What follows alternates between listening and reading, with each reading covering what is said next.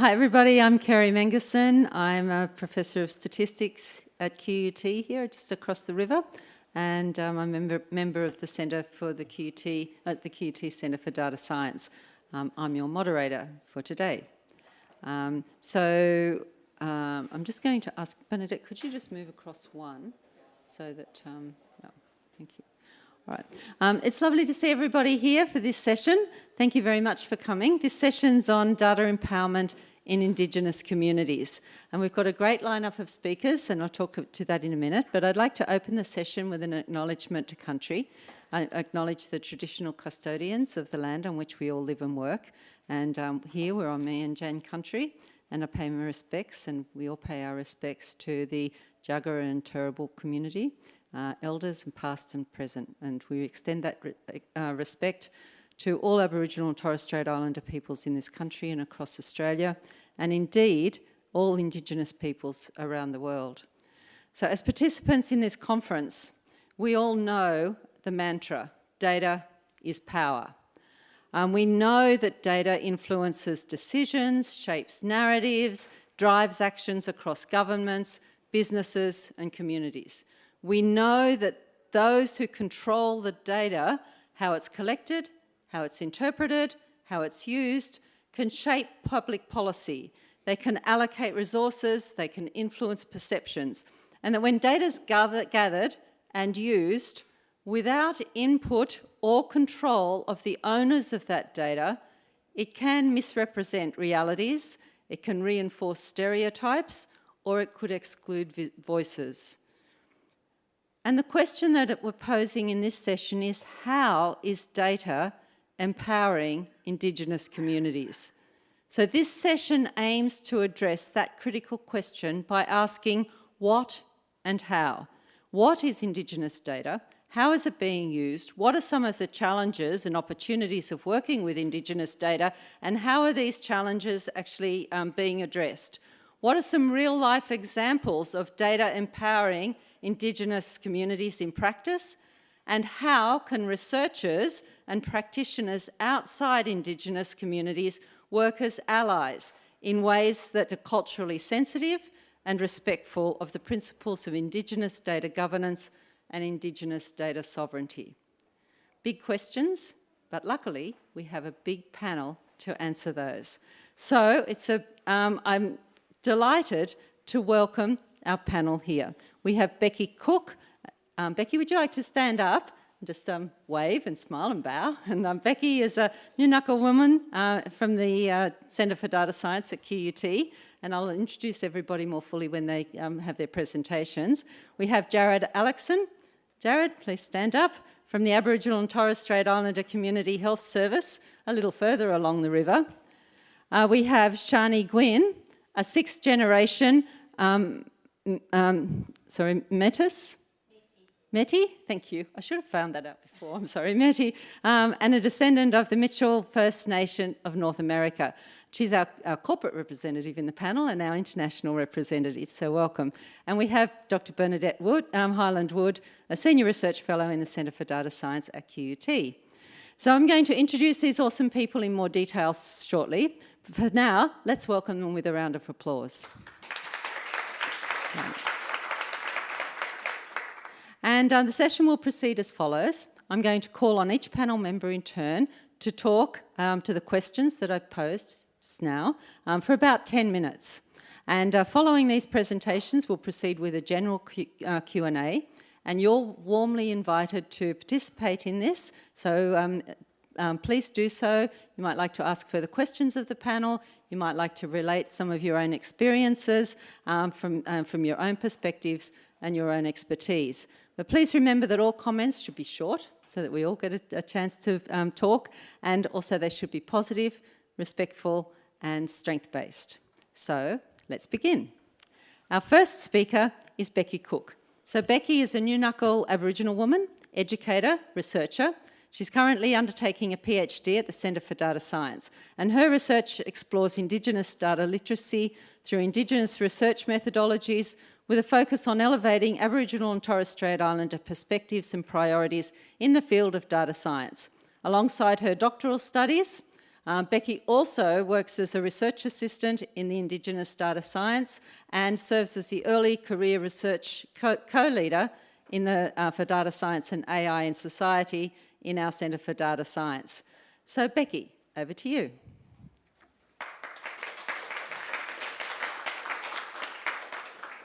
Thank you, Kerrie. I've got myself a timer today to make sure that I'm on track. Thanks very much for coming along today. I'm going to be talking a little bit about Indigenous data to frame this session, and then I'm going to give some examples around some data literacy initiatives that I'm doing in my work, but also that we've been a part of in the Centre for Data Science to show how we can put some of these things into practice. Indigenous data is broad, and it's going to mean different things to different communities, both within Australia and internationally. And so what I'm presenting here is just one interpretation, but what I want you to think of is that for us, it is more than just numbers and statistics. It is more than demographic information. It is more than just marking on a sheet when you're filling out your information. It contains our stories, our culture, our connection to country, anything that is about our peoples and our communities. And so when we're working with data, we need to think about how this relates broader and that we're talking about people, their families, and their communities. The reason why we need to think in this way is because it can play a really important role in things like preservation of our cultural heritage and knowledges. It can help us to improve social economic outcomes, health, well-being, education, and it can also empower communities. And that's a little bit about what we're going to be talking about today in this session.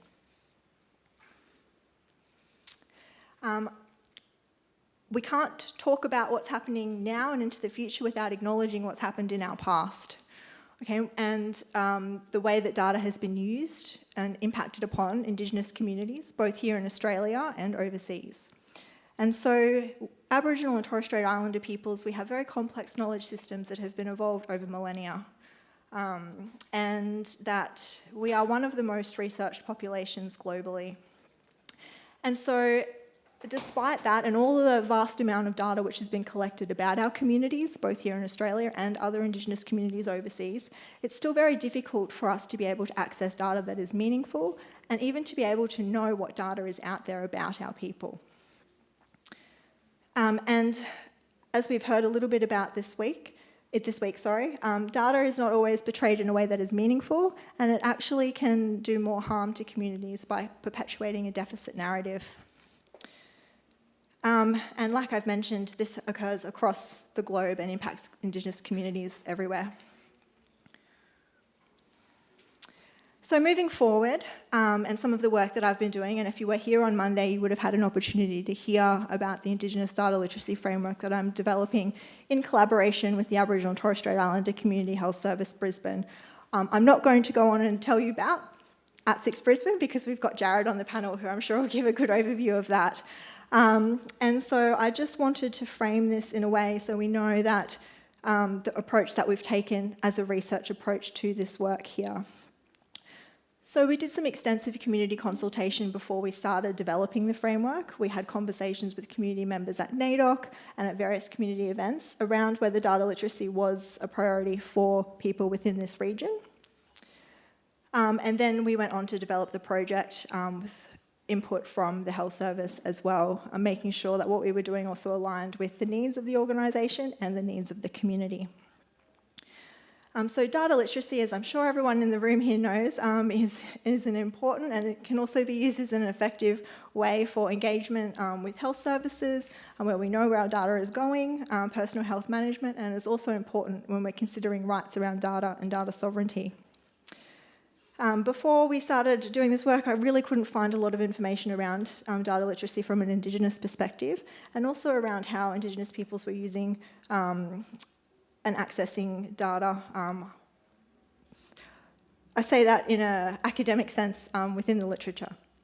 And so I've taken a case study approach using Indigenous research methodologies to explore this, and some of the lenses that I'm looking at the research through is Indigenous standpoint theory, so understanding people's perspectives, in the research, and I'm also applying, which I haven't popped on the slide, a cultural interface theory approach to that, because I'm looking at the educational perspectives and how we work with Indigenous data in a Western context.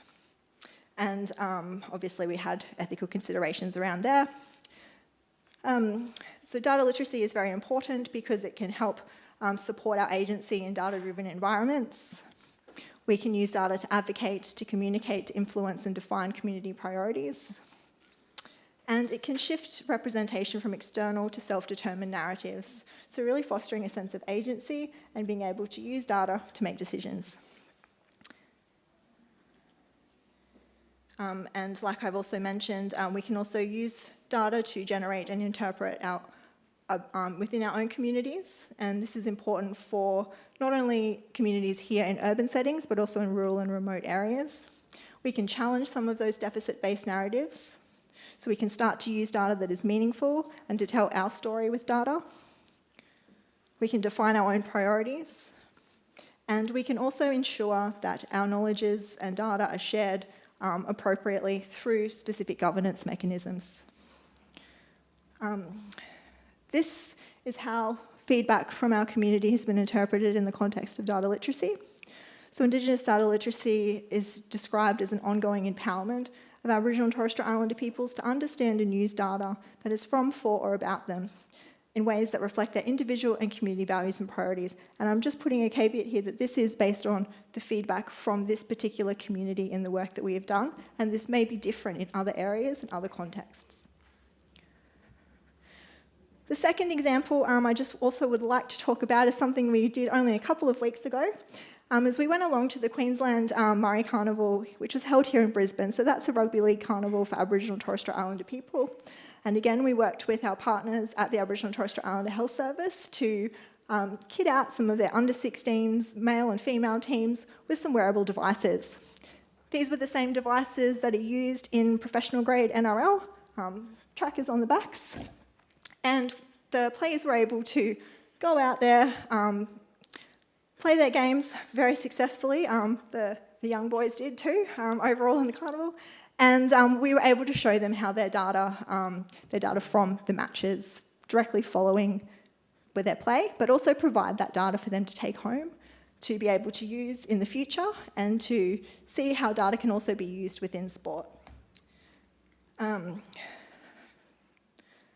I'm going to show you a little bit about that now. We also talked about how data can be used not only in sport, but other opportunities for players to experience other aspects of sport, not just playing.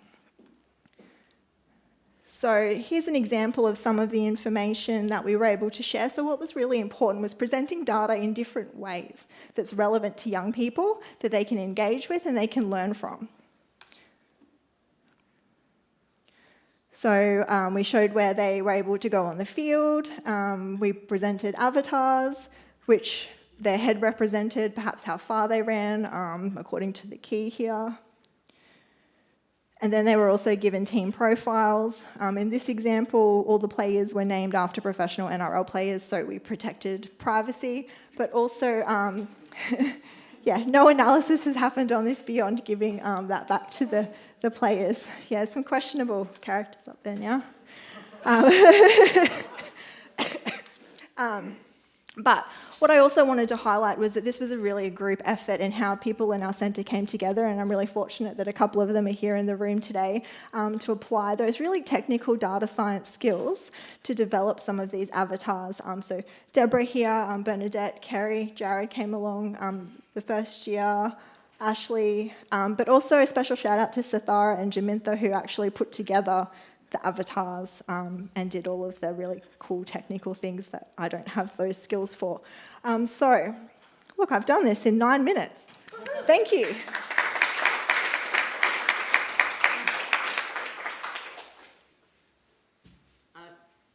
Thanks, Becki. That was awesome. And I must say that the experience, your work for your PhD and the work on the data literacy framework is so important. and it's really going to make a massive difference and contribution to the area and to people's lives. But also the Murray Carnival, the work for the Murray Carnival was great fun. And I must blame Jarryd for that, because Jarryd was actually the one that came along and said, hey, what about we do this? And then we've all had a great time figuring out how to do it. So I think the interest that was generated in the kids, seeing their data, enough for the opportunity then for us to be able to talk to them about data and about what data means and how you can use it, and then also about being safe with data and so on, not just with the kids then, but also with their parents and their coaches and so on. So it's been a great learning experience for us and an opportunity for us too. So thank you, Jarryd. And speaking of Jarryd, I would like to introduce him to come up and to give his presentation. So Jarryd is the General Manager for the Corporate Services of the Aboriginal and Torres Strait Islander Community Health Service here in Brisbane. He's had experience in developing and implementing data-driven processes, policies and change in a range of organisations. He holds a Master of Management from Charles Sturt University and a Graduate Certificate in Data and New Technology Law from QUT. I can't think of anybody better to talk on this topic. And importantly, he's passionate about creating pathways for Indigenous peoples into corporate and technical careers. Jarryd, the floor's yours.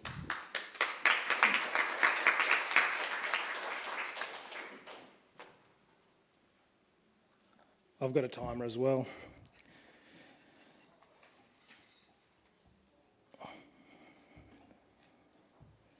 Thank you.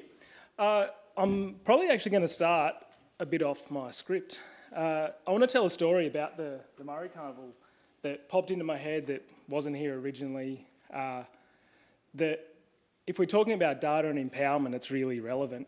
That last year at the Murray Carnival, it was the first time we'd done this project, and we had a bunch of under 14s players actually who'd never seen the tech before, didn't know what it was. And there was this one young fella, he was the smallest guy on the team, not very confident. He didn't really want to wear the tracker, and he comes up to me, he's like, oh, I don't really want to wear it, do I have to? I told him, no, you don't have to do anything, but no one else is going to see the data, you'll just see it, and you can do whatever you want with it. So he put it on, he gave it a crack, we gave him the data after, and he come up to me with this massive smile, and he's like, I was the second fastest on the team. He covered, and in the end, he was the second fastest, he covered the most distance, and you could immediately see the confidence in him after seeing the data that wasn't there before. So that was pretty awesome. Just a sort of little side story from that. So today I'm going to talk about, within the sort of overall sphere, a background about ATSICHS Brisbane. We've been through quite a large digital transformation journey in the last 6.5 years.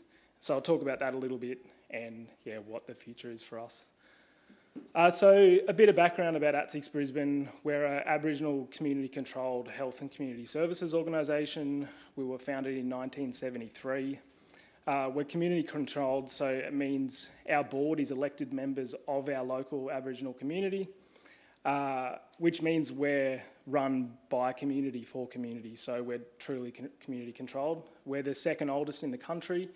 We're the second largest in the country. We're the largest in Queensland. And we're ever expanding. We cover the sort of full breadth of service delivery across a community member's lifetime. So we've got birthing programs, early years programs, kindergartens, youth services, child protection and youth justice programs, mental health, AOD programs, primary health care. We've got 5 clinics, 2 dental clinics. We've got social health. We've got an aged care facility, a 74-bed aged care facility, crisis accommodation. Housing, we're building over 55s, social housing complex in Deception Bay. We're looking at other ones in Brisbane as well. And then various other supplementary services around that. So support the whole sort of breadth of somebody's life and community. So just some interesting stats about our community when we're talking about data. Within 30 minutes drive of Logan Central is Australia's largest Aboriginal and Torres Strait Islander population under 25, and it's also the fastest growing. We're expecting that 2/3 of our population by 2036 within our catchment is under 30. But also, half of the other third will be over 65. So we've got some unique challenges within our community that it doesn't exist other places. We've also got over 600 staff. Those unique challenges raise some questions for us on the standard approaches to delivering services for community won't apply to us because our community is different. So how do we make sure that we're using data to empower community to be able to get the care that they need when they need it, not based off other sort of mainstream or other community approaches that aren't the same. So yeah, we recognised we needed the ability to evolve and evolve quickly, and we needed insight for that. So that's the ability for us to know who our community is, what they want, how they want it and why, which is, about delivering services with new extras, engaging new consumers, developing new services, delivering services in a new way and connecting with our consumers. A little side thing as well is we put a really big focus on making sure that outside of our sort of standard community consultation, community connection methods, we're making sure that we're actually capturing data at these points and then delivering outcomes from that capture back to community. We do a big survey every year across NAIDOC. This year we got over 4,000 responses, which is pretty massive for our community. And then making sure that we're utilising that data and delivering it back into services. So to do that, I'm at 5 minutes, I've got to speed up. Back in 2019, we realised that we wanted to do all this stuff, but we didn't have the infrastructure and the digital services to do so. So we worked to develop our first IT roadmap, which was a $2 million investment. At the time, it represented almost 5% of our overall yearly revenue, so it was a massive investment for us and probably the biggest from any Aboriginal medical service in the country of this type. We started by, back then I started working for the organ. We had no infrastructure and support. All of our computers were running Windows XP. Everything was on premise. And we've gone from there to now we're fully cloud, we're fully in service, all of our hardware's in asset lifecycle management, etc. We implemented Microsoft 365. Actually, that's an important one that you notice March 2020, we implemented Microsoft 365, which was right before COVID hit. And that was really important for us to be able to continue continuity of care with our community during that time. We rapidly moved all of our services online, as did everybody. But the incidental timing of that was really critical for us to maintain. And we actually grew through COVID a lot because of our digital technology was at a position that it could continue to support that continuity. Right through to the implementation of our data lakehouse and integrated CRM at the back end of 2023. But at this time we started asking questions. We've had this large-scale digital transformation. What do we do now? And how do we now move from that and leverage into really being able to empower community through data? And that's when we started thinking about, we wanted to create Australia's first Indigenous wellbeing model in a digital age and really make all of our services lean into that digital mindset. So from there began our data journey. So in August 2021, we engaged with the Centre for Data Science that we wanted to develop a data strategy. We didn't really know where to go. So we don't pretend to know things we don't know. We very openly acknowledge that we don't know what we don't know, and so we engage with people who do. So Kerrie's team helped us design our data science strategy. So we worked through a bunch of workshops over about 4 or 5 months where we developed the report and then started rolling out our data roadmap. So actually, back that page.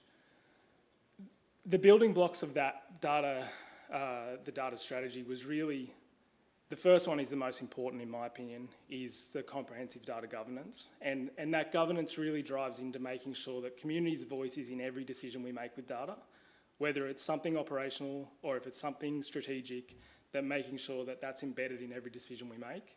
And from there, we've rolled out into the implementation of digital platforms, analytics, and now we're actually moving into some more R&D, AI sort of research and opportunity as well. So yeah, this is our data governance framework, and as you can see, community's at the centre Everything else comes around it, communities at the centre, and making sure that self-determination for our community is the most important factor in our data governance framework, and making sure that's implemented into everything else that we do. We've also gone through and made sure that data is core to the way that we operate within the organisation. So we've added sections to our workforce capability framework about data mindset and capability and expectation from all of our staff. And then, yeah, so we've throughout the journey, we've measured ourselves using the BARDS data science for maturity curve, which is actually something I'm looking at moving away from, Kerrie. But we started in the learning sort of phase back in 2021, and we're now measuring sort of around the 4.5. I've got 2 dots there because we're about in the middle. Still not fully integrated. We've still got a long way to go, and I think it's one of those things that the journey never ends. But yeah, we've progressed a long way in 3 or 4 years, and yeah, we continue to move up. Just for any technical people here, this is our data platform. So we run a Azure-based data lakehouse environment that gives us flexibility to analyse data and utilise the data that we capture in lots of different ways, both from that sort of R&D, forward-looking research perspective. We store data in unstructured formats and Parquet formats, but it's also linked into operational data. Sort of another side thing we've been working on is custom app development. I've got 10 seconds, so I'll just show you a couple of these. Okay, the big thing is for us is we're also empowering community through, like Kerrie mentioned at the start, I've got a big passion to make sure that anything we do is creating opportunities for community within the organisation. We're a large organisation, and so if there's something that we can do ourselves through creating an opportunity and a role within the organisation, we'll do that. So we're developing applications ourselves. We've got a majority Indigenous development team internally who've developed all of these sort of power apps internally for lots of different use cases. This one's an interesting one that we've developed an app to support a pod model of care that we're delivering within our clinics. And we've developed an app to support that workflow within the clinic. So yeah, I'll just finish on empowered communities, empowered data. So viewing technology and data science as a long-term component of service delivery as an Aboriginal community controlled organisation is then linking back to how we're empowering our community with data. Thank you.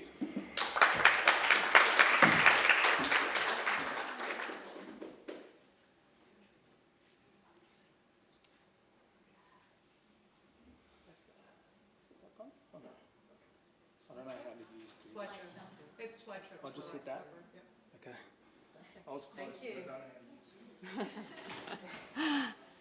Thanks very much, Jarryd. What a great talk and a great organisation. So kudos to Aboriginal and Torres Strait Islander Community Health Service. I think they're one of the leaders in the country in terms of their vision and the way that they're acting on that vision. So, and it's a pleasure and a great honour to be working with you guys. It's great. You know, one of the great things about a conference is that we get to meet people, and we have those that we meet old friends and not so old friends. But we also meet new friends as well, and we get to see people from all different countries that you know we learn so much from each other. And when Becki was talking about this session and talking about people to invite, she suggested inviting Shani Gwin, and I said, "Oh yeah."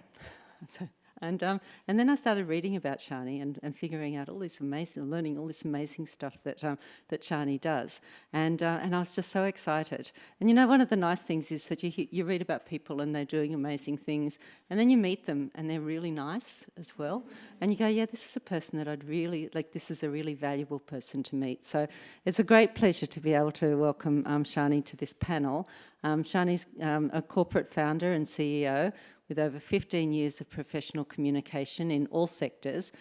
She's an AI innovator and a 6th-generation Māori and a descendant of the Mitchell First Nations in North America. So I'm sure she's going to tell us about some of the amazing work that she's been doing in this space. So Shani, over to you.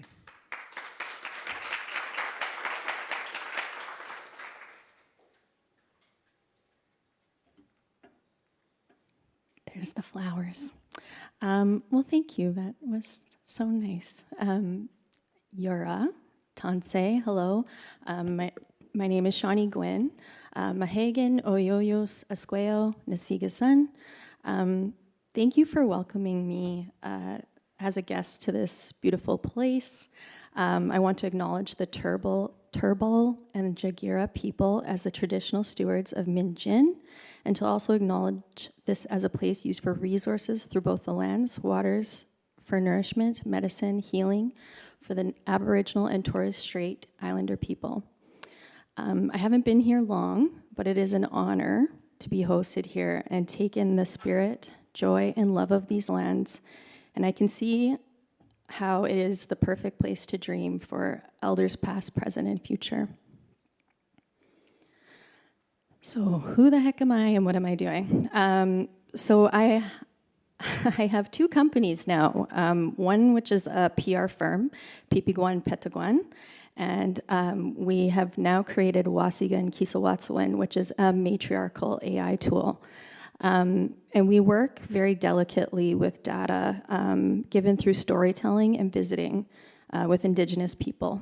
So we work in reciprocity and in close collaboration, and our unique approach is based in pêhtâkwan. And so pêhtâkwan is a Cree and Métis Indigenous research methodology, which was gifted to Dr. Janice Cindy Gaudette. And pêhtâkwan points to special times and places in which connections are strengthened and stories are heard and remembering occurs. We are reminded of who we are and our responsibility for the well-being of the whole. pêhtâkwan offers an Indigenous view of community-based participatory research methodology and stands on its own as a viable methodology. It's part of the land-based society's way of life and guides the way we conduct ourselves, treat one another, and learn from the land and each other. So it's hard for me to talk about our work without talking about our values, and our values are based in Cree natural law, which is kindness, honesty, sharing, and depending on the elder, kindness, honesty, sharing, and respect or strength. And so our values are: we are humble, we listen and seek to understand before speaking, acting, or reacting. And we exemplify this value by being respectful in our conversations, in our meetings, and in our relationships with the clients and our teams. We're courageous. People and organizations do not come to us for mediocre results. And we exemplify this value by ensuring we are unconventional and taking initiative to make a positive difference.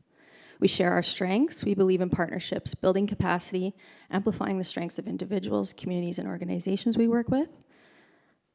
We are transformational. We influence systems, not just projects, and we look to create inclusion through positive changes impacting Indigenous peoples, organizations, and communities. And finally, we are sustainable. We respect our relationship with the land through our work, our choices, and our connections. And I brought all of these cute little values on stickers, and they're just over there if you want some. And so this is pipikwan, pêhtâkwan. Our name translates to eagle bone whistle heard throughout the lands. And so the eagle bone whistle is a sacred object that is used to wake the ancestors for ceremony. And so we were given that name in ceremony. You have no control over the name you're going to get.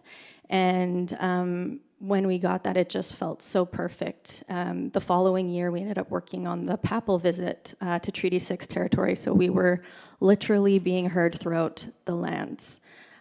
So pipikwan, we're a PR firm, we do engagement, we work with Indigenous and non-Indigenous people, and we're located in Amiskwaci, Waskaganigan, also known as Edmonton, Alberta.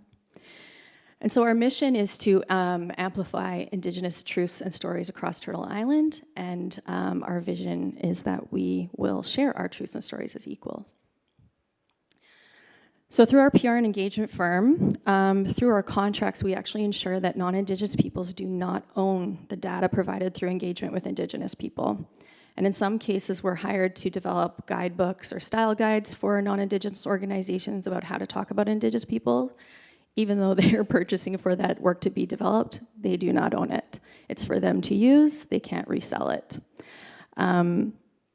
We validate our products and information with Indigenous peoples. So even if Indigenous peoples aren't our paying client, they have the final say on that information.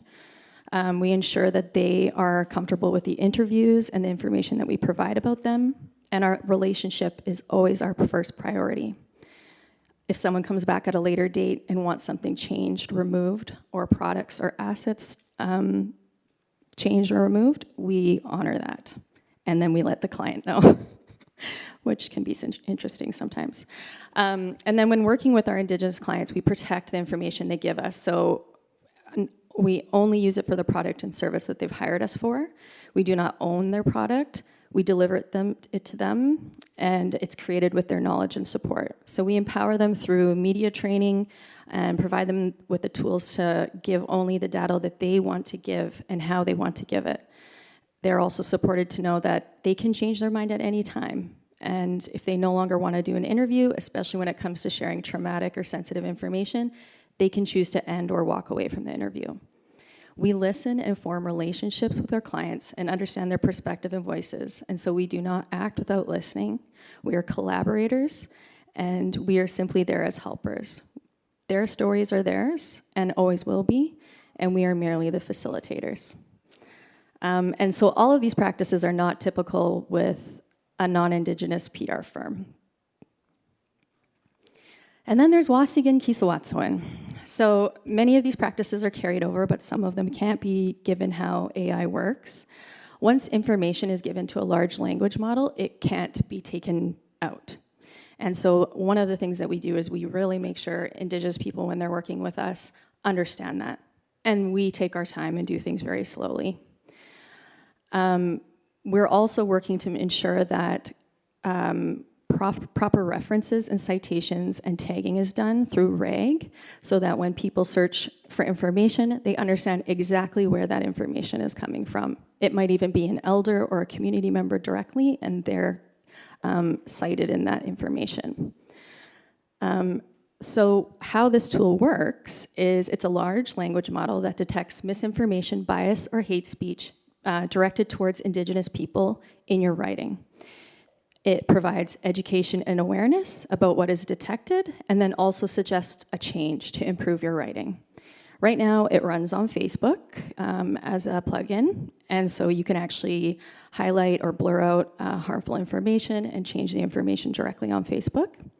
And then right now, you could submit documents to it, and then it spits it out, basically, underlines things. When you go over with your cursor, a little box pops up, says this is why this is harmful, and then gives you the proper information. And then we have a chat assistant option where you can actually have a conversation. This product is guided by a circle of elders. We can't move forward without them, because in order to give values that we talked about, we have to make sure we're giving it time, and we can't do that without their support and their help. So it's a slow process, and right now we're just providing it with very fact-based historical information. So since time immemorial, Indigenous peoples living in Canada have shared knowledge orally. Our matriarchs, mothers, grandmothers, and aunties raised generations of protectors, nurturers, and deep spiritual thinkers through storytelling. Their maternal knowledge, my maternal knowledge, is inherited from the land in a reciprocal relationship, unacknowledged by colonialism and uninterpretable by artificial intelligence. So Mother Earth is our original teacher. The foundation of the matriarchy is rooted in science. For thousands of years, we've gathered empirical evidence by observing our natural world. We discovered how the cyclical nature of weather influences our environment, how animal migration patterns influence life and death, how the waxing and waning of the moon influences our waters. We understood these patterns, connected them to the world around us, and trusted our matriarchs with these stories forever, and not as myths or fables, but but as science, qualitative and quantitative data. If stories are the foundation of our science, then mothers are our heart. And a mother's heart encourages us to act as individuals in service to our communities and to understand life is about creation, joy, connection, learning, resting, and making mistakes. It's a heart in absolute opposition to how artificial intelligence currently operates.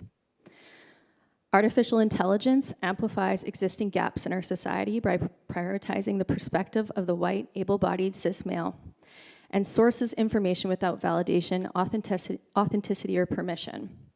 Indigenous peoples typically do not record or write our stories in ways that current LLMs can capture, which means available data sets are generally observed, analyzed, and documented without our validation or consent, and they are greatly misinformed. They need context, which my peers have did a very good job of talking about before. This patriarchal, anti-human approach to data collection continues to harm over 5.5 million Indigenous people across Canada and the US by perpetuating stereotypes, racism, and misinformation. That's an estimated 476.6 million Indigenous people worldwide. It's an extractive, exploitive model that doesn't just harm Indigenous peoples, it harms everyone. By design, AI currently excludes everyone from taking part in authentic knowledge gathering by separating us from the circle of the human experience. When you think of an ideal maternal relationship, you see someone invested in your well-being, success, and safety. So at its core, matriarchal AI is about fairness, accountability, and giving folks space in the circle, a human right to be part of the collective. I feel AI has to be part of the circle and designed that way, to support and nurture human beings with matriarchal ideologies rather than a vessel of patriarchy, hierarchy, and capitalism. It's an approach that considers both our ancestors and descendants, in which we call 7 generations thinking. And when I talk about matriarchy, that includes men and Two-Spirit or LGBTQ2S+ people. My father was raised by a healthy matriarch. He's the one that braided my hair every morning, gave me daily hugs, made me cookies, drove me to soccer. He was a great mother figure to me. AI is only as good as information it has access to, and if we bring diverse perspectives to design AI and inform our data collection, we can build infrastructure that understands relationships, honors folks as unique individuals, and respects nature. Data sets rooted in safety, fairness, and inclusiveness will have long-lasting impacts on humanity. Indigenous data sets have the capability to encourage and remind us all to reach further and deeper for connection with the earth and one another. Those are the precious moments that make life worth living. We've been presented with an opportunity to design a protector in the way our grandmothers, mothers, and aunties showed us, with trust, kindness, and care. And the more we work on the development, the more I know we're being empowered as Indigenous people, because we have a community-validated tool built by our people, informed by our people, and when used by non-Indigenous people, it takes the emotional burden and labor off of us to be the teachers of just basic history and correct false information, or inform non-Indigenous people about how something should be written to protect our communities from further harm. It helps inform non-Indigenous people and hopefully encourages them to take the next step rather than stay in fear or possibly ignorance. It will also incorporate a different perspective woven into your documents and will inform you as your day goes on if you so choose.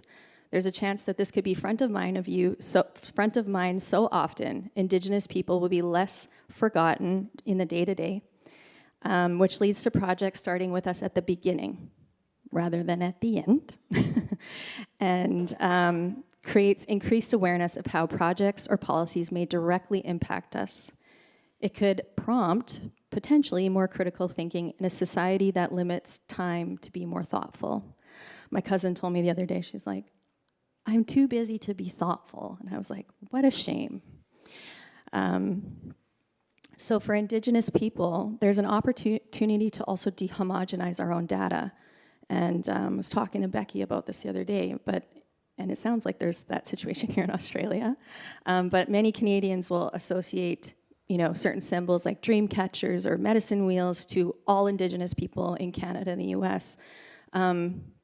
Or that we think, agree, or disagree about all the same things, and certainly this isn't the case. We don't all use the same symbols, teachings, knowledge, or language. For instance, if you were to ask someone that was Blackfoot about how they use sage, they may share a story, a name, a use that completely is different from how the Cree people use sage. But those stories, that information, that data, it's good. One is not wrong. They're both good.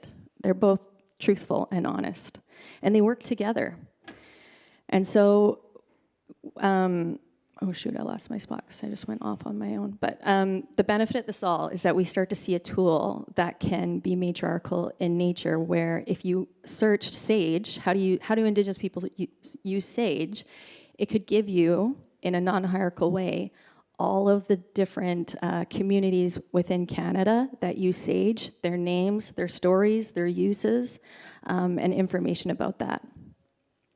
Also, an explanation I like to give is our own organizational chart, which when I go to a lot of non-Indigenous conferences, they're like, wow, that's a really hippie org chart. But if you were to go into our tool and ask for an org chart, it would still give you the pyramid, it would still give you a flat org structure, but it might give you a flower, a pine cone, or the spiraling rings of a log, and tell that story. Thank you. I know I'm gonna be a little late, sorry. For instance, it has me in the middle with the elder wrapped around. We're at the center, and our job is to create all of these seeds around the flower, because we're supposed to see a field of flowers. If I do my job of mentoring and nurturing the people on my team, they're their own flower, and we can grow really healthily together. So uniformed thinking and doing does not support us all properly, and these options can transform systems. We are empowered by being validated in the data we see ourselves reflected in, and there is a ripple effect from that. And the rest of the world is empowered by our data too. In Ghana, there's an Indigenous weather app that was using AI to predict weather. It had a 50% accuracy rate. Once they started using Indigenous data, the prediction rate improved to 82%. They were able to then effectively plant and harvest successfully during a drought. It empowers us all. Data has to be reciprocal. We share, we don't hoard. We respect, we don't control. I was on Moreton Island the other day with my daughter, who I dragged here, and I'm making her take pictures of me. And we watched the wild dolphins come in, and they're being fed. And the speaker said, yeah, they sometimes bring us eels or fish as gifts for feeding them. And I looked at Quinn, and I was like, oh, see, even dolphins understand relationship. They know reciprocity, because we all know it. It's right here, always. That inherent law that we all have, that is our teacher, and that's what we're looking towards when we're building and developing AI from a matriarchal standpoint. We just have to look outside to our relationships and to our ancestors. They're there and they're ready to teach us. Data is relationship. Science is relationship. Taking care of the land is relationship. We are empowered by our relationships and validated by the data, but only when we are given the opportunities to share it directly ourselves. Thank you for the extra time. I'm sorry, but thank you so much. These are both of the companies, if you want to look into what we're doing. Bye.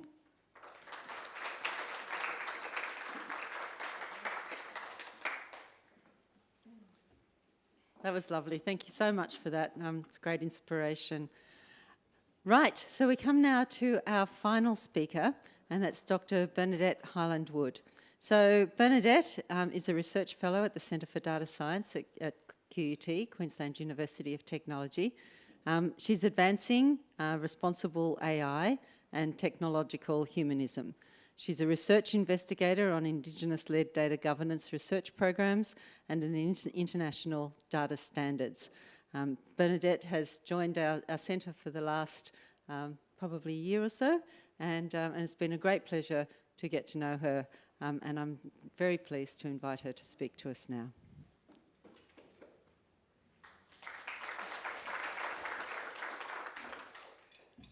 That is a very tough act to follow, Shani. Thank you very much. That was really beautiful and filled my heart. as I'm sure it did everyone's here. Now we're going to see. Good, this works. I would like to also briefly acknowledge the traditional custodians of the lands on which we are meeting, the Turrbal and Yagara people here in Mengersen.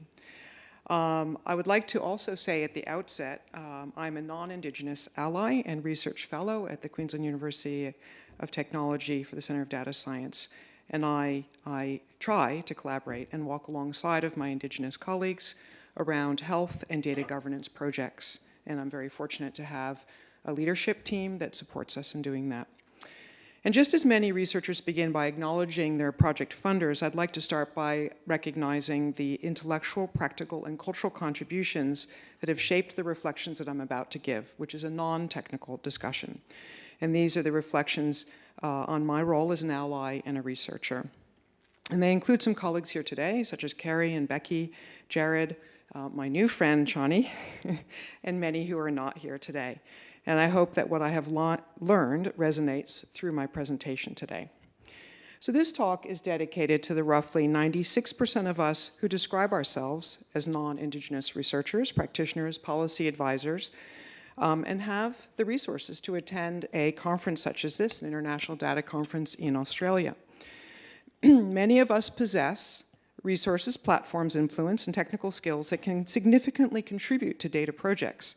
So if we accept the challenge of using our resources, platforms and know-how to support Indigenous data sovereignty, which we've hopefully learned a lot about in today's panel, as well as other talks delivered at this conference, how do we ensure that the work uplifts the Indigenous communities and people such that we support the respect and autonomy over the data that is collected, and do so in a culturally informed and sensitive manner?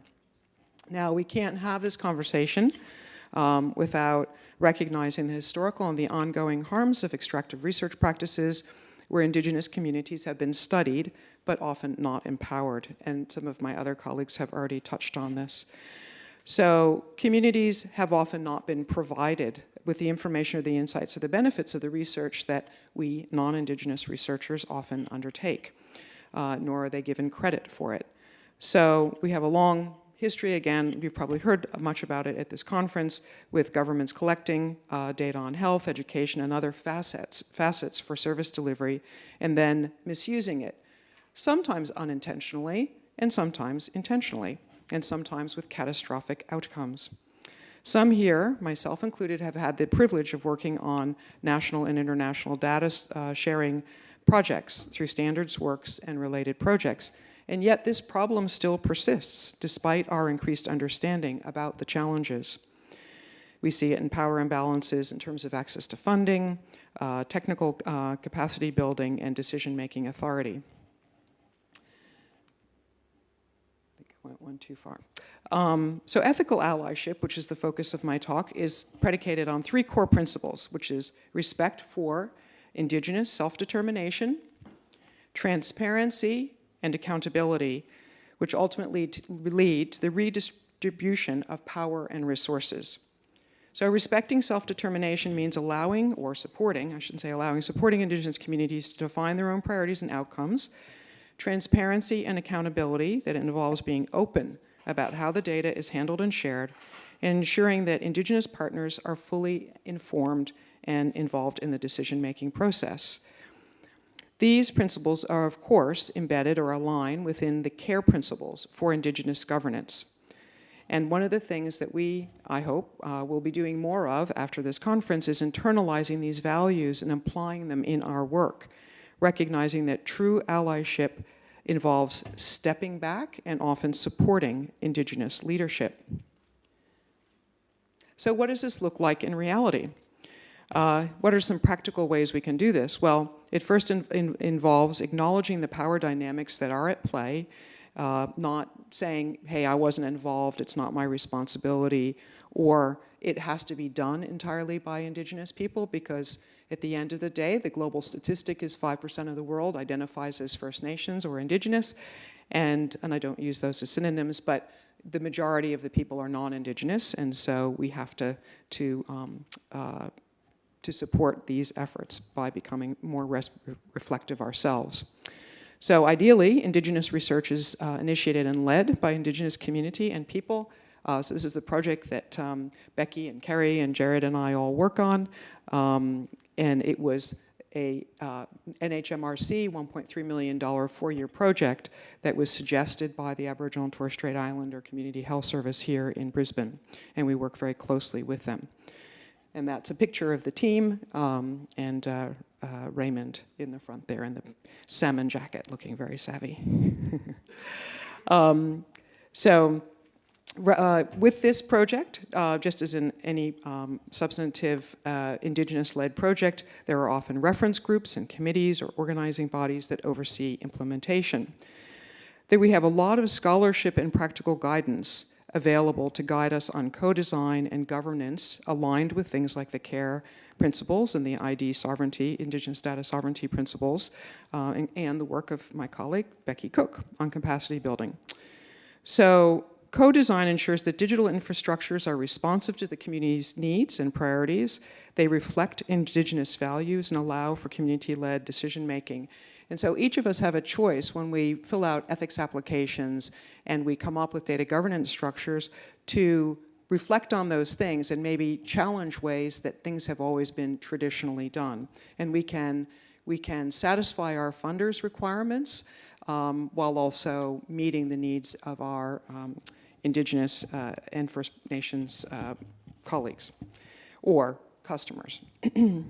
So capacity building involves providing training and resources that enable Indigenous communities to sustain their data initiatives independently. That's a lot of Becki's work.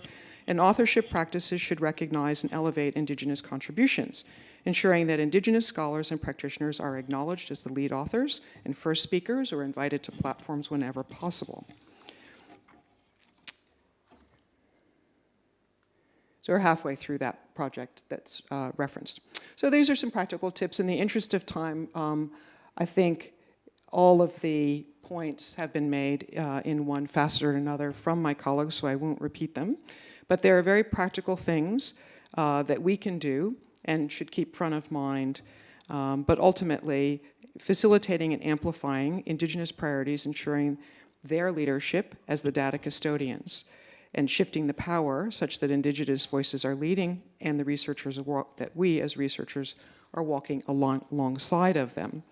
And I would add that in my over 25-year professional career, both as a software technology founder and developer, software engineer, and now academic, it has been the most professionally and personally rewarding experience to work with my Aboriginal and Torres Strait Islander colleagues.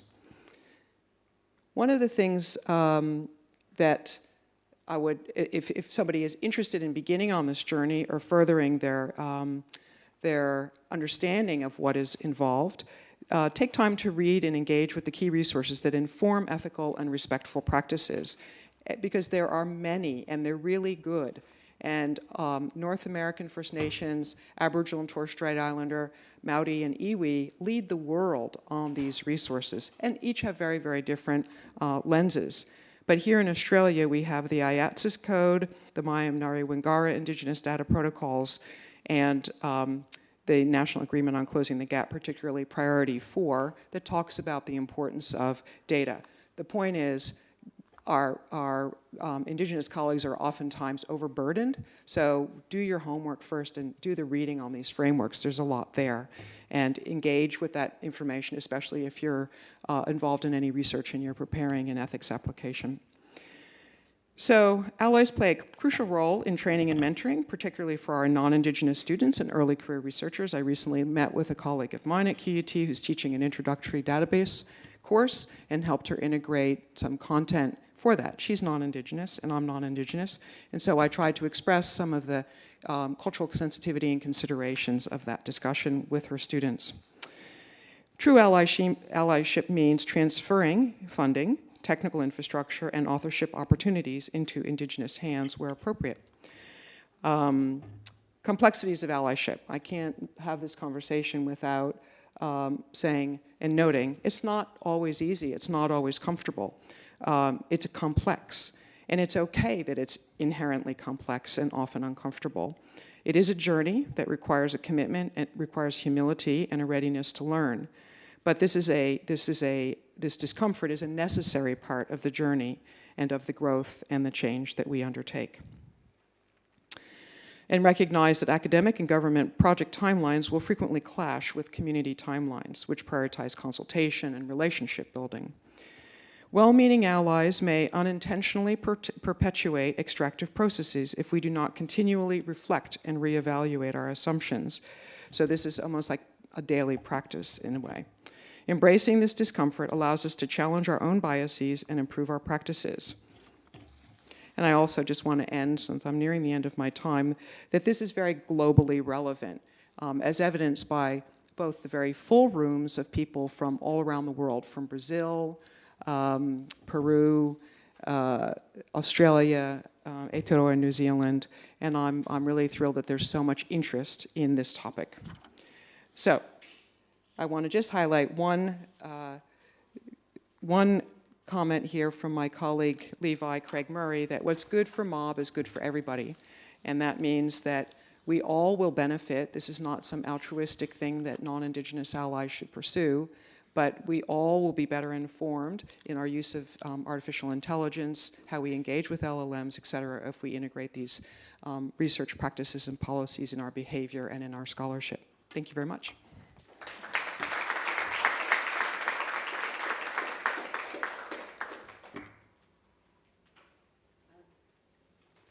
Wow, thanks very much, Bernadette. What a fantastic set of speeches and presentations. Let's give everybody a round of applause. Thank you. Right, so now we've got about 20 minutes or so for discussion. I'd like to ask the presenters the panel to come up to the front here and face everybody. And I'd like to also ask all of the audience just to stand up. Now, this is not an invitation to leave the room. It's just an invitation to stand up, have a bit of a stretch. But I'd like everybody to stand up, please. Right. If you like, you can follow the gentleman up the back who's doing the stretches. Would you like to do it for everybody? Come on, do that sort of stretches. Yeah, that's it. Come on, here we go. Look, everybody there. That's great. All right. No, I'll stand here for a minute, I think. Okay. Right, so now what I'd like you to do is I'd like the people who have a question to stay standing and the people who don't have a question to sit down. Ooh, let's see who's staying standing. Right, great. Great. Right, so we have 4 questions, yeah? Right, so we're going to go through. If you'd like to stay standing, you can, but let's start with you. Okay, now we've got Deborah here, who's going to be doing the running around with the microphone. So thank you very much, Deborah. Everybody, give Deborah a round of applause. She's fantastic. We've got all these volunteers here who've been just fantastic. Thank you, Deborah. Please, ask a question. Thank you. Hi, my name is Bernadette Lander, and I'm from Auckland, work for a New Zealand research institution. We have a set of Maori data governance principles that we are trying to enact in our organisation. And one of the things that we have a lot of debate about is actually related just about your last quote there about what is good for Māori data is good for all data. And if we get it sorted for Māori data, then we're sorted. But we do have some discussion about that and about whether we need separate policies and separate guidelines or whether we should be talking about, raising the bar for everything. I'd love to hear your thoughts.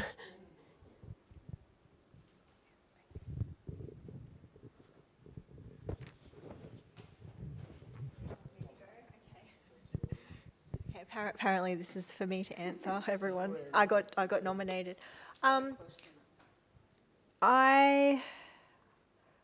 a little thinking about that. I am a little bit conflicted because I'm concerned about the burden then on informing Indigenous policy and the requirements that are needed to do that fully and properly and respectfully.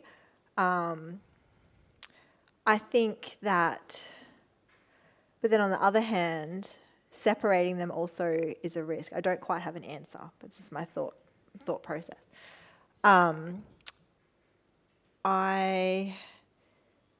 if you're having, then my other thought is that within all data, well, most data sets, you're also going, unless you're excluding, you're going to have data that represents Indigenous people, and so we need to consider these practices around that as well. I don't have an answer, is my answer. Do you have an answer? No, I don't have an answer. I've got a sort of another question. I think it probably depends on what the question is. You know, you're looking at a data set and there's 1,000 different questions you could be asking. And is the question something that can impact community? Or is it something broader? Is it, and I think it depends. I think my answer is it depends. It depends on what the question is. Anyone else? I think yes. I think incorporating Indigenous worldview into everything is a good thing. And it reminds me of when I see sort of political platforms in Canada when they start rolling them out, and then it's always houselessness and then work with Indigenous-led housing organizations, and then in reform for incarceration rates and whatnot, and then there's an Indigenous whatnot, and I'm like, why am I not seeing anything about Indigenous economic or what to do with Indigenous businesses? And so working with some of those politicians, I'm like, if you weave Indigenous information throughout your platform, it's actually good for everyone.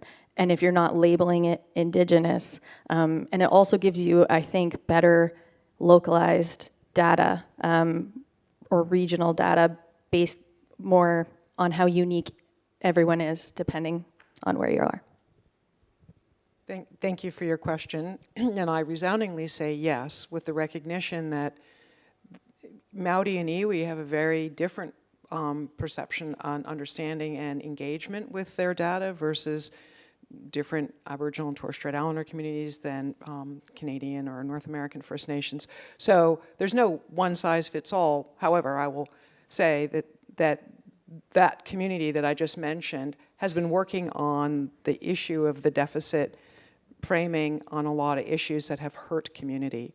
And I don't think, I know this is being recorded, I don't think fellows have really appreciated how they don't completely grok how bad it is, the extractive data, you know, the big data grab. But they soon will, if they don't, when they are denied housing, when everything is so connected, or healthcare, et cetera, because there's so much that we are feeding the big data beast and LLMs. There's a whole generation, my children included, who have grown up in the digital era, and they don't know what privacy is. But those of us who have read 20th century European history know how bad it can get when there's a census where every single Jewish doctor or every single Jewish person, their address is known. It comes to a really bad end. So I think the principles are very applicable and relevant, and I wish we would be a bit more, non-Indigenous people would be a bit more alarmed about just how egregious the big data grab is. Thank you. Okay, we have 3 questions up the back. Is that right? Here we go.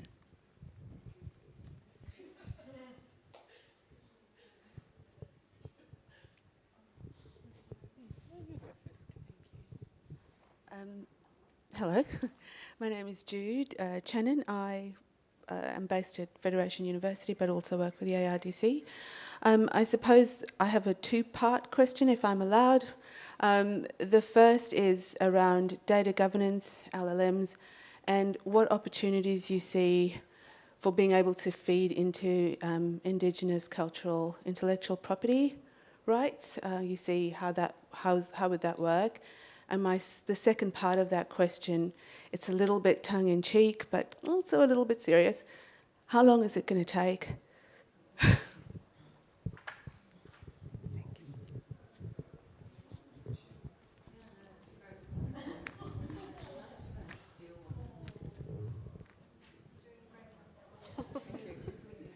Want to talk about Rose Barrett's work?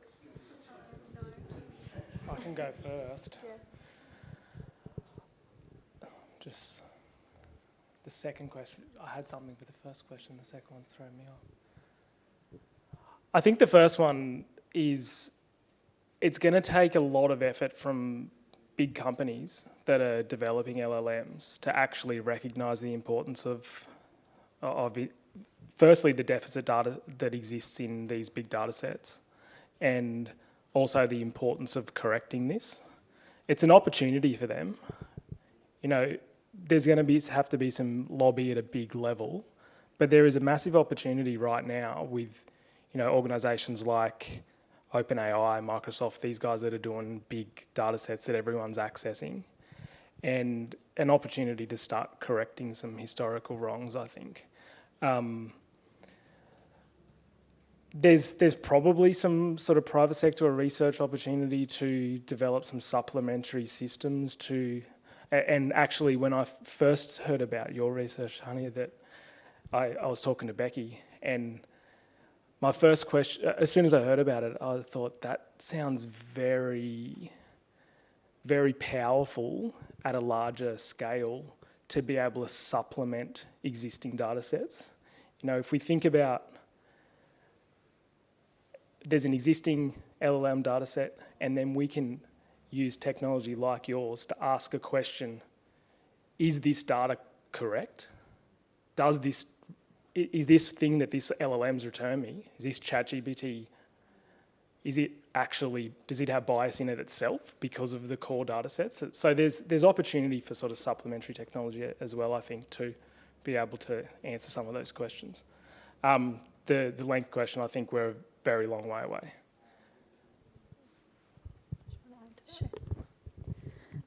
I think it's going to take a while, but I think it's one of the reasons why when I was like, okay, this has to be matriarchal, and then I was like, I don't know how to proceed with putting values without the elders. And so working with those elders, it's been taking things slowly, which is hard in tech, and the answer is going to be different based on every single individual and community that you work with.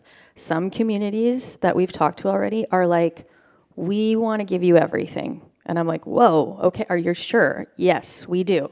We think we've held on to it too long, and it's not doing us any good. And maybe by putting it out there, it will do more good. And I was like, okay, let's just hold on a second. But then we have other people who are really mistrusting, and for good reason, and want to take it slower. So the spectrum is so large about how people want to move forward. And I think you just have to work with each community and individual on the basis of what they're ready for. But also we have standards in place where even with that group that wants to give us everything, we're not going to take everything either yet, because I just don't know that this is the place for all of our cultural and traditional knowledge. So, yeah. Okay, thank you. I'm going to just ask two people to answer a question so we can get through the questions. We have a couple more questions, so thank you. Kia ora tātou. Ko Nāraka Nepera Toko Ingoa is my name. I work in Ngāti Awa Social Services for my iwi. Actually, it's directed straight at Jarryd. I've just come on board 6 weeks to head the IT department, and I saw that landscape that you had and I want it. So how did you get it over the board? How did you get everybody on board to get them along that journey? Because I'm telling you, I got blocks up here, hey? And mindful, I'm probably the only technical person in the whole organisation, which is really scary because I'm not technical.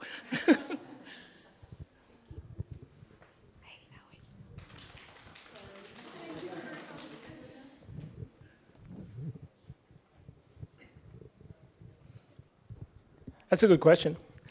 You're not the first one that's asked that question either, actually. I think firstly, we're very lucky that at the time when our sort of digital transformation first started, we had a couple of board members who were very cognizant of the position we're in. And I remember a conversation I had with one of them at the time that he said to me that we need to change and we need to take advantage of the sort of the change in society right now, and we need to change or we're going to be left behind. And so, yeah, we were in a really good sort of position because we had board buy-in from a couple of board members from the start. I would say that other board members were quite against it. It's a large investment. It was a massive percentage, but I think we showed how it would deliver value back to community early, and there was a lot of sort of, I guess, use cases and examples that we were giving to the board and also the organisation.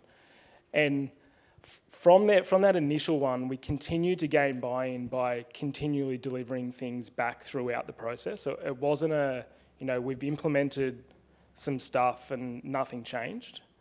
And so we were really making sure that every step we were delivering something of value back that was going all the way back to community. So community was seeing that we're spending this money that's their money. It's community's money, right? We're a community-controlled org. So we just made sure that everybody was aware that what we're doing is meaningful and helpful and, delivering back for them.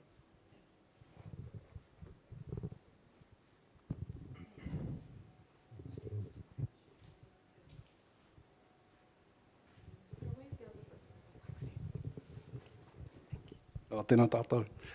Ko te tuatahi, mihi kia koutou, e pa ana no mātauranga hei whakaputa kia koutou. So my name is Philip Wilcox. I am another Māori. You can't go anywhere in this country without finding a Māori. And that's kind of the basis of my question. I'll give you a little bit of background to the question. I just want to also, mihigo, acknowledge Professor Mengersen. I work in a maths and stats department. It's awesome seeing a world authority in statistical methodology moving into this space.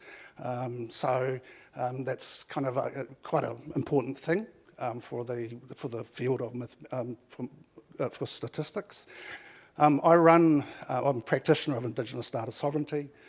I have a project that I co-lead called the Old Māori Very Own Project. It's very similar to the Silent Genomes Project in Canada. You may have heard of it, where we are sequencing DNA from over 1,000 Māori to produce a database of DNA sequence variation for use in clinical diagnostics as well as health research.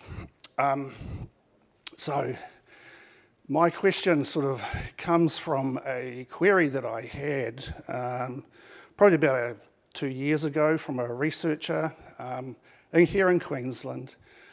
We're quite keen to sequence these genomes of all of these Māoris here because there's 200,000 of us, including my daughter, my cousins, a lot of people from the tribes I come from, as well as all around the country.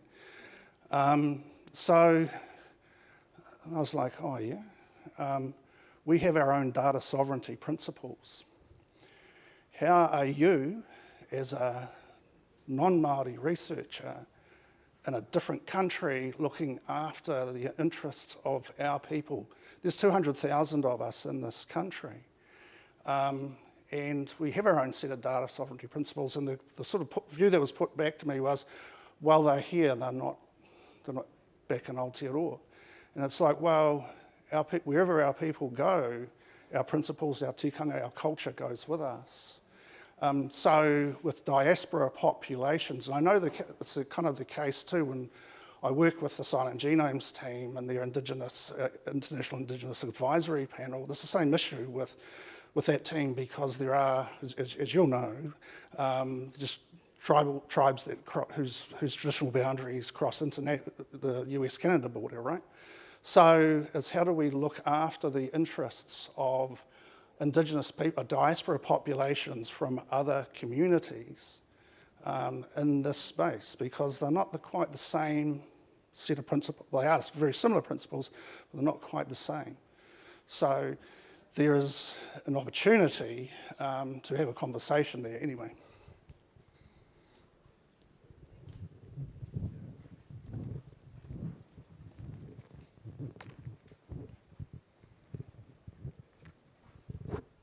Kia ora. Thank you very much for your question. What's your first name? Philip, thank you. I'd love to talk to you. So literally this morning I just came, I sit on the CSIRO Social Science Human Research Ethics Committee, which reviews all applications from across Australia that involve Indigenous research involving Indigenous people, Maori, Indigenous people in Fiji, other countries. And I was at the research ethics training because I'm a committee member. And so this is all the intake of the latest researchers, maybe new to CSIRO or maybe not. But they arguably lead, I think, in Australia, the organization that's most enlightened with the most robust consideration, cultural sensitivity training of their researchers, and rigorous human research ethics. And so there's a lot of conversation with I'm quite impressed with the board. We've got the normal composition of a research ethics committee, but they require people to have training. We're quite diligent about looking to make sure there's no junior person who's the one point of contact, but if they're engaging in anything having to do with Maori and Iwi physical samples, and that's not handled by my board or my group because I just look at social science research, not the medical stuff, but that there would be adequate provisions for the handling of all of that. And all I can say is forums like this, where this is a data conference, right? International Data Week, but there have been a lot of quite well-attended talks of people very, very interested in this topic. So that's why it's important, I think, that the 96% of us who don't identify as First Nations or Indigenous, that we step up to the plate, we learn about this, and are rigorous in our consideration of engagement with community and work and be informed by our Indigenous, in my case, Indigenous colleagues. But thank you very much for the question. I think it's a great question. And I think that, as Bernadette said, like all of us working with data, how we're collecting data, how we're seeking for people to provide that to us, need to ask these questions. We need to consider these principles that we've heard so much about this week around the care principles, and applying people to the information that we're collecting and respecting their values. And I think it actually goes back a little bit to your point earlier on around Indigenous data and non-Indigenous data, and making sure that perhaps we do need to really think about applying an Indigenous lens to how we're collecting and caring for our data, so that we can best uphold the interests of our Indigenous brothers and sisters from around the world.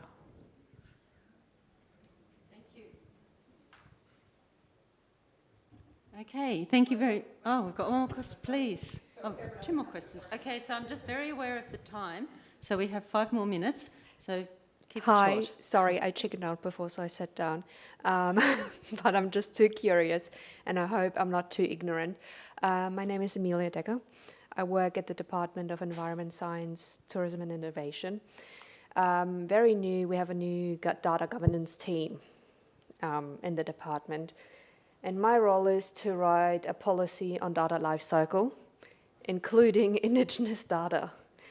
And I am so grateful to be here and listen to everything, and I'm very touched and at the same time really overwhelmed, because I do not know how to start or how to go about it, because I can write a policy from the, let's say, Western lens, the non-Indigenous one. Lots out there, like, you collect data, you store it, you archive it, you delete it. How would you go about it? Yeah, how would you start including an Indigenous lens to that, to a policy?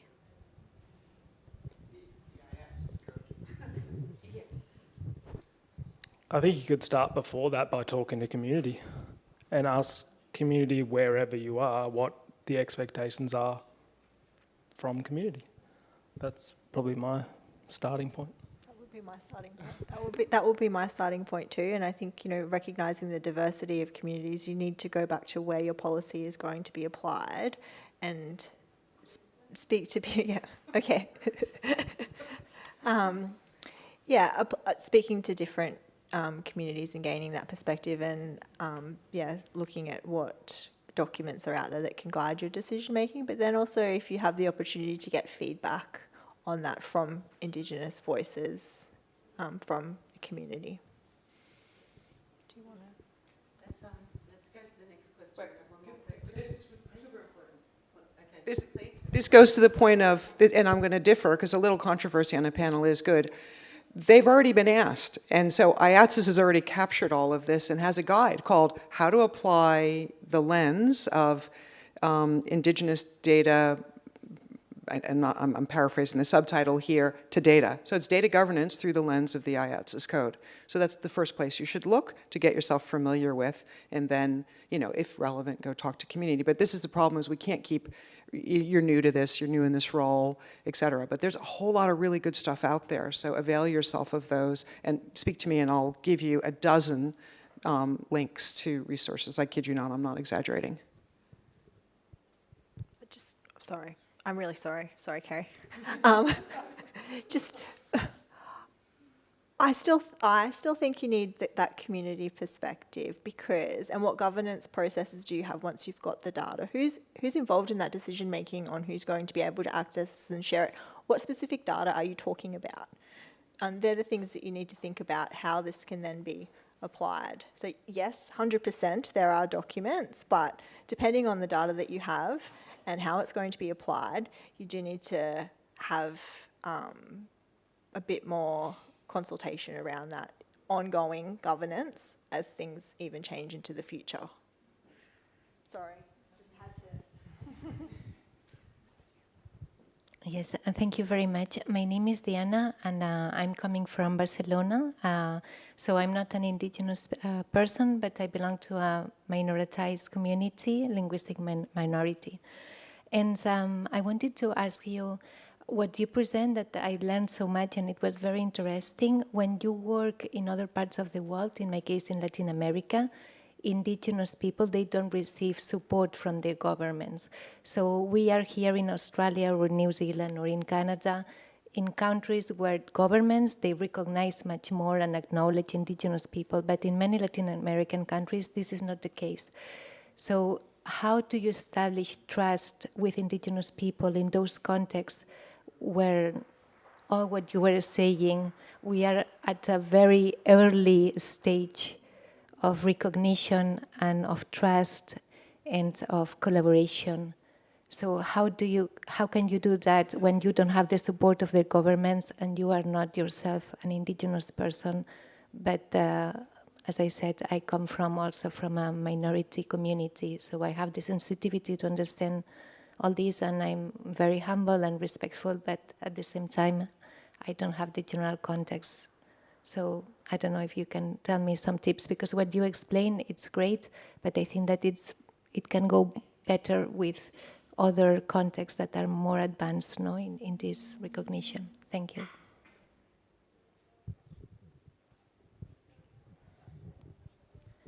Yeah, thank you for that question. I think in Canada, I think there is recognition, but there is no there's no resources for our people, and we're heavily engaged. So we don't have human resources, we don't have access to capital, and so what we do when we're working with corporate Canada and they want to engage Indigenous people, we tell them they have to do honorariums and pay for that knowledge and that data. So if they're bringing Indigenous people in to build, the first thing we're doing is building a relationship. And to your question too, it always starts in relationship. Everything starts in relationship. You start by building a friendship, a relationship, and it has to be reciprocal. And so sometimes that means paying.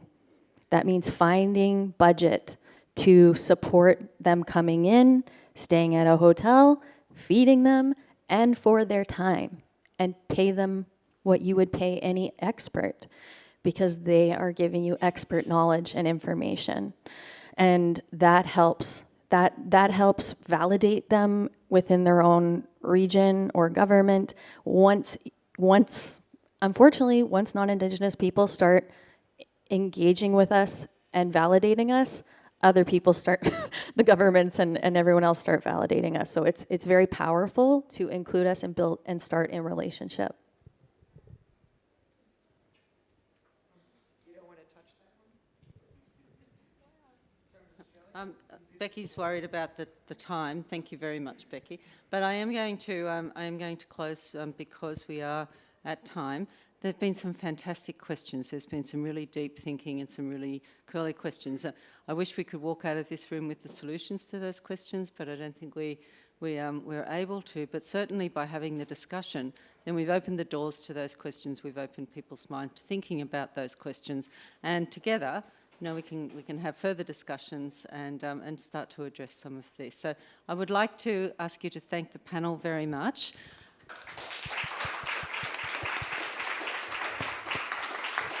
And I am going to ask them, and I'm going to beg just 2 more minutes of your time, because I'm going to ask each one of them to just have one 10-word sentence that they would like to leave you with. What is the message that they would like to leave you with in 10 words? And they don't know that I was going to ask this, as you can tell by Jarryd's reaction here. So we're going to start with Bernadette, and then work our way to Jarryd, so he's got a little bit of time to think about it. Okay, Bernadette, what's your last remark? Make a genuine friend of an Indigenous person, and if we had done that in this country in 2023, the voice referendum would have passed.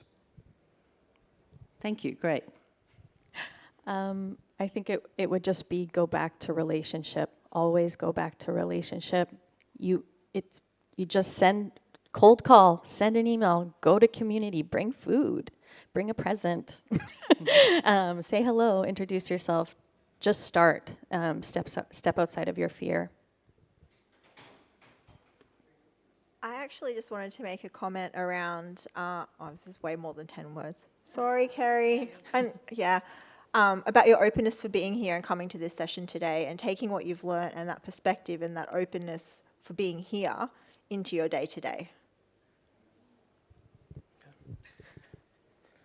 I think these don't count as my 10 words. I think if you don't know the answer and we're thinking in the context of how to empower Indigenous communities, then ask the question. Perfect. That's great advice and great comments. So thank you very much to the panel. Let's give them another round of applause. And thank you all for coming along. Okay, we'll close the session.